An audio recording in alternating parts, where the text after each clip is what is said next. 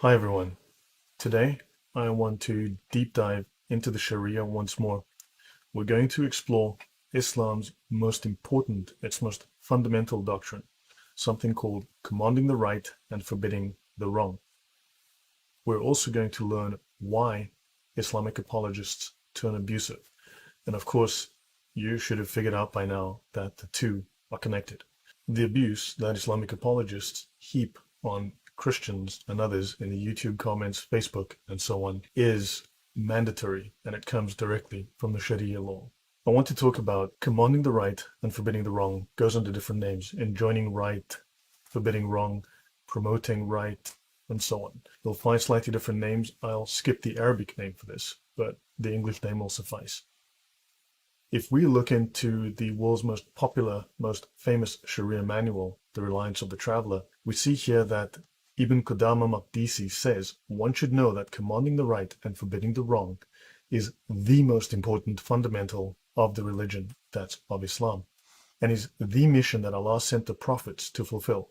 Now, do remember that Islam claims that every single of the 140,000 prophets that appeared in every language on the planet, for which they have no proof whatsoever, was a Muslim. Jesus was a Muslim, Abraham was a Muslim, David was a Muslim, they were all Muslims. They say that commanding the right and forbidding the wrong is the most important fundamental, the basic doctrine, the most fundamental doctrine of Islam. If it were folded up and put away, religion itself would vanish, dissolution appear, and whole lands come to ruin. It is that important within Islam. When we look through the index of the Reliance of the Traveler, section A is sacred knowledge, and as we look through here, we've got O, justice. You will find jihad defined in section O, justice. Then we have enormities. And then we have section Q, commanding the right and forbidding the wrong. It has its own section. It's a complete doctrine. The source of this is Imam al-Ghazali, and we will discuss him a little later. In Islam, they believe that all of the Muslims' words count against him and not for him, unless he is speaking to command the right and forbid the wrong. This would partly explain why Muslims have such terrible arguments. They can say anything, they can heap abuse, they can shout, they can scream, because this is the one time that they are getting reward from Allah, so that their words are not counted against them by Allah, but count for them. So they are actually earning reward and the praise of Allah. They are bringing good into the world. So this hadith, which is found in Reliance, section R1, 2.5, as well as in Sunan Ibn Majah, volume 5, book 36, hadith 3974, says all of the human's words count against him and not for him, except commanding the right and forbidding the wrong, and the mention of Allah. This is repeated in the Sharia. All of the human's words count against him and not for him, except commanding the right, forbidding the wrong, and the mention of Allah. Understand, the Sharia, Islamic law, the sacred Islamic law, is the Muslim Talmud. It is the equivalent of the Talmud. Just as you have Rabbinic Judaism, which relies on the Talmud and not the Torah, exactly so, Islam today relies on the Sharia, not so much the Quran and the Hadith. These Hadiths are not taken raw, they are interpreted through the scholars, and those ultimate interpretations of all the verses that remain unabrogated are found in the Sharia. This, of course, is The Reliance of the Traveler, the world's most famous and popular Sharia manual. I will link it below. Read it. It's going to open your eyes to raw, naked Islam. Communal obligation. A communally obligatory or Fard al-Kifaya act is what the lawgiver. Now the lawgiver is either Allah or Muhammad. There is no distinction between them in the Sharia. As far as the Sharia is concerned, Allah is Muhammad and Muhammad is Allah. So a Fard Kifaya act or a communal act, which is obligatory, is what the lawgiver requires from the collectivity of those morally responsible. In other words, Muslims who have achieved puberty. Not from each one of them specifically, but if someone in the group, a small minority, that small minority undertakes it, then the obligation has been fulfilled and the sin is lifted from the rest. So if they do not fight against the bad and promote the good, which is heaping abuse on us, then sin falls on the Islamic community. If no one undertakes it, then all are guilty of serious sin for neglecting the obligations.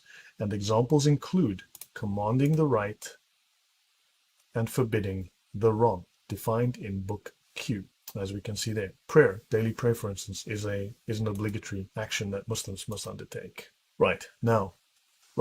Abuse, intimidate, assault, and maim. And this is commanding the right and forbidding the wrong.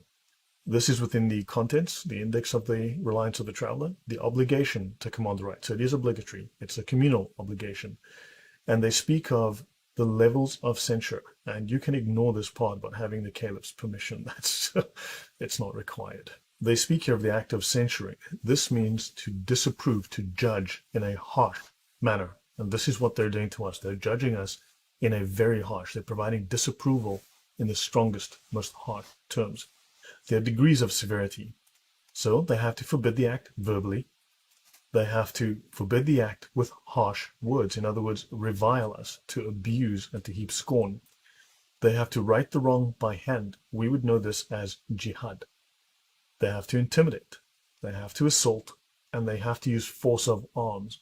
In fact, they need to collect together a gang of their men and make sure that they forbid this act as a group. Note Hatun Tash recently being forced out of Speaker's Corner.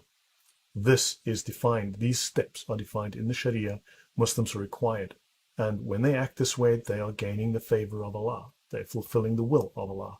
This is righteous. The obligation to command the right. So Allah says, let there be a group of you who call to good, commanding the right and forbidding the wrong, for those are the successful. Abuse brings success. Now this verse, Quran 3:104, is the fundamental basis of the most important doctrine within Islam. They believe that Muslims must promote good and forbid evil. We are the evil. They are the good. They must promote the Sharia and enforce it upon everyone. This is ultimately what this means. There are about 7 other verses that are related to this one that reinforce this, but this is the fundamental verse that is used.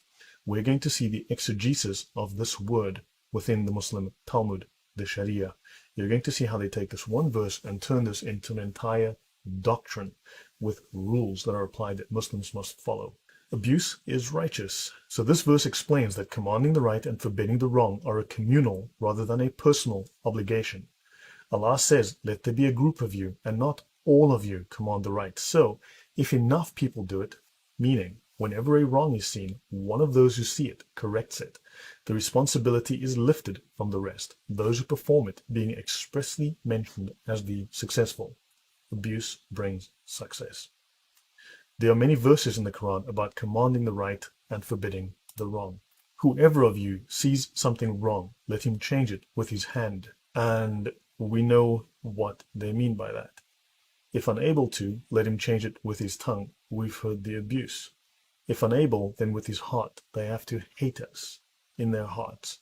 And that is the weakest degree of faith. So if you simply hate in your heart, you are being weak. Command the right and forbid the wrong, or Allah will put the worst of you in charge of the best of you. And the best will supplicate to Allah, will pray to Allah, and they will be left unanswered. Abuse others, or Allah will abandon you. Abuse them, or Allah will punish you. Those who go astray will not harm you if you are guided. So they believe they are guided by the hand of Allah to do what they do. And people who do not change something wrong when they see it on the verge of a sweeping punishment from Allah. So if they do not do this, they will be punished by Allah. So to prevent the punishment, they need to take action to prevent us from committing these evil acts. Christianity, for instance. Having the caliph's permission.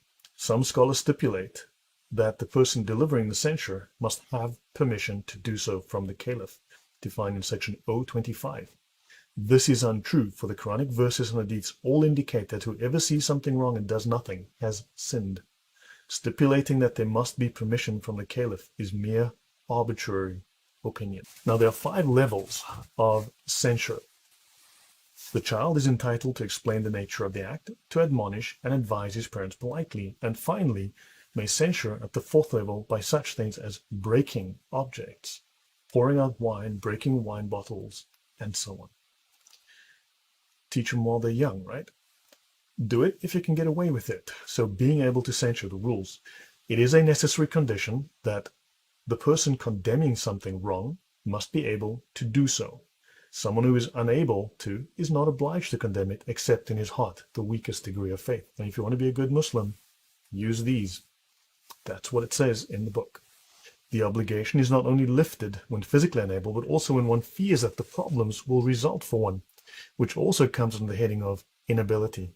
The obligation to censure the wrong is likewise lifted when one knows that the reproach will be ineffective.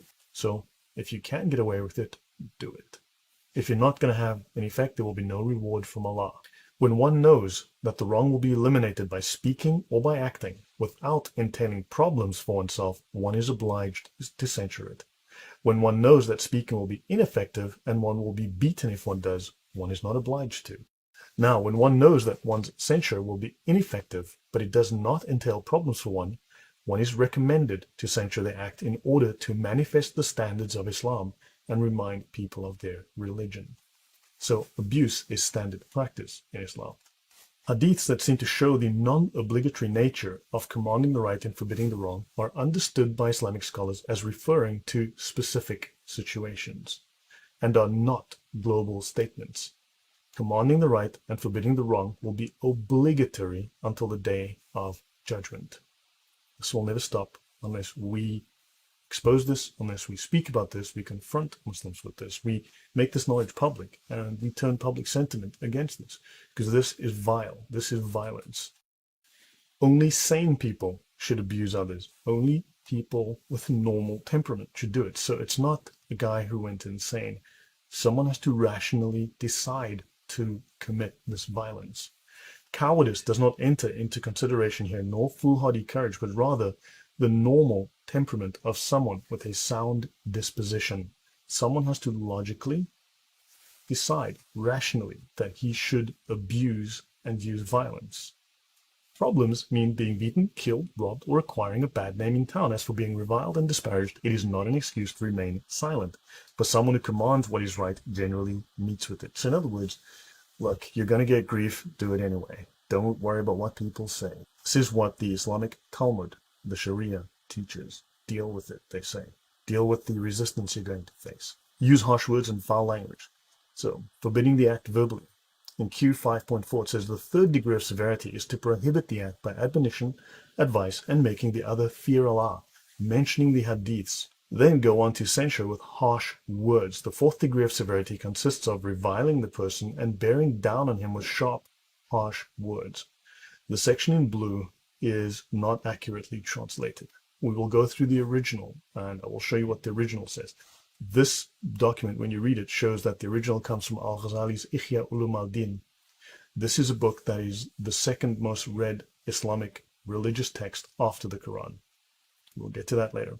One does not resort to this degree unless one is unable to prevent the person by politeness, and he shows he wants to persist, or he mocks one's admonitions and advice. Reviling him does not mean vulgarity, except the word revile means to use vulgarity. It means to be abusive. That's what revile means. Rather say, you degenerate, you idiot, you ignoramus, do you not fear Allah, and so forth. Allah Most High quotes, and they bring in Abraham from the Bible. Yeah, when you read this for yourself, look through that and tell me if Abraham actually said any of that. Break things, it's for their own good. So righting the wrong by hand. The fifth degree consists of changing the blameworthy thing with one's hand, such as by breaking musical instruments. Yeah, smash his guitar. Pour out wine, break wine bottles. In fact, if you read through this, they'll say use rocks, and if you can't get to the person, throw rocks. And if you break other things like his windows, his furniture in the process, you are not liable for damage. Break the instruments, for example, just enough to prevent their being used for disobedience and no more. But if you're throwing rocks through a window, can you guarantee the amount of damage that you're going to cause? Or be careful not to break the bottles when pouring out wine. If one cannot manage except by throwing rocks at the bottles or the like, then one may do so, and one is not obliged to cover the damages. It's not illegal. It's okay. Smash it for Allah. Intimidation is the religious thing to do. Intimidation, Q 5.7, the sixth degree is threatening and intimidation, such as by saying, stop this or I will. And when possible, this should precede actually hitting the person. So you can just hit them in the face. That's okay. I mean, try to threaten, try to intimidate, but if you can't get it, just hit them anyway. That's fine. Just hit them. Does it say how? Well, no, just hit them. Whatever is effective, right? Hit them enough. Then assault. Allah will bless you. The religion of assault. Assault, Q5.8. The seventh degree is to directly hit or kick the person or similar measures that do not involve weapons. We're not at weapons yet. We're not at gang warfare yet. This is permissible for private individuals. Right, so take it upon yourself to beat and kick people to stop them from, I don't know, like singing hymns, going to church, drinking wine, playing music, right? Force of arms. The eighth degree is when one is unable to essentially act by oneself and requires the armed assistance of others. Religion of gang warfare. Gang warfare. Now we come to the final slide, and this is Al-Ghazali, and this is his book, the Ihya Ulum al-Din, volume 2, right here. Well, I've got volume 3 on the cover, but the sixth stage is to threaten and warn. Now, he was the scholar that best defined the doctrine, so he's regarded as the top scholar on this issue. Al-Ghazali is also the most highly regarded scholar in all of Islam. There are 28 scholars that over the last 1400 years have been known as Sheikh al-Islam. They're the top scholars of Islam, but Al-Ghazali sits above them. He is unique in having a particular title. So he is regarded as the most knowledgeable scholar of Islam. He formed Islam as we know it today, and this doctrine comes from him. The sixth stage is to threaten and warn. If all the previous modes of correction fail, this method should be adopted. So yeah, threaten and warn. And the seventh stage is to assault by hand or stick. Beat them with a stick. I wonder if we've seen that in Islam before. The religion of beating with a stick. The religion of assault. Do this in case the previous modes of correction fail. The eighth stage is to fight with followers being armed. So arm yourself, and then the religion of gang warfare takes place. So many a time, arms are necessary to ward off evil, because many a time a wrongdoer with his party remain ready to fight. So yeah, in case people disagree with you and they get people to protect themselves from your violence, go and get more people, go and get weapons, and then make sure that you impose your will with violence and weapons. So yeah, when the two parties meet, the fight begins, and it is necessary for the pleasure of Allah to remove injuries of sinful actions. Allah was injured by you, I don't know, singing a hymn, starting a church, converting to Christianity, and for the injury against Allah, get your friends, get your weapons, shed blood. It is allowed for the warriors against the unbelievers. For unbelief, get a stick, beat them with it. Yes, similarly, it is necessary to bring the great transgressors under control. The fourth stage, just to remind us, is abuse and using harsh words. Notice the translation in the Reliance isn't entirely accurate. When it fails, use harsh words and abuse him. Yes, use harsh words and abuse him. Yeah, that seems pretty straightforward. My final slide. These are the 5 stages from the Ihya Ulum al-Din. There are 5 stages of enjoining good, forbidding evil. The first stage is giving simple advice. The second stage is to give sermon with sweet words. The third stage is to abuse and mete out harsh treatment. There are some typos in this document. So the third stage is to abuse and mete out harsh treatment. The fourth stage is to apply force. Remember, with the fist. That's what they say, with your hand. And prevent one from doing a sinful act, such as throw wine from its pot, or throw rocks, or beat with a stick. The fifth stage is to assault, beat, and threaten. The fifth stage is to assault, beat, and threaten. I hope that's clear. This is why Islamic apologists turn to violence, and this is why Muslims turn to violence. It is part of a doctrine called commanding the right and forbidding the wrong. It is in the Muslim Talmud, the Sharia. I hope that was useful. I'll see you in the comments. And here's a rule. If you're a Muslim and you're going to make a comment, you will tell me what school of fiqh you belong to. You will give me that information. And you will use Sharia texts, you will use fiqh texts, scholarly works, clear citation. Your opinion is not accepted. I want to see scholarly texts in your responses. I want to know what school of fiqh you belong to, so that we know which scholars you follow and which Sharia manuals you follow. You will give me this, or I will delete your comments. Thank you. Goodbye.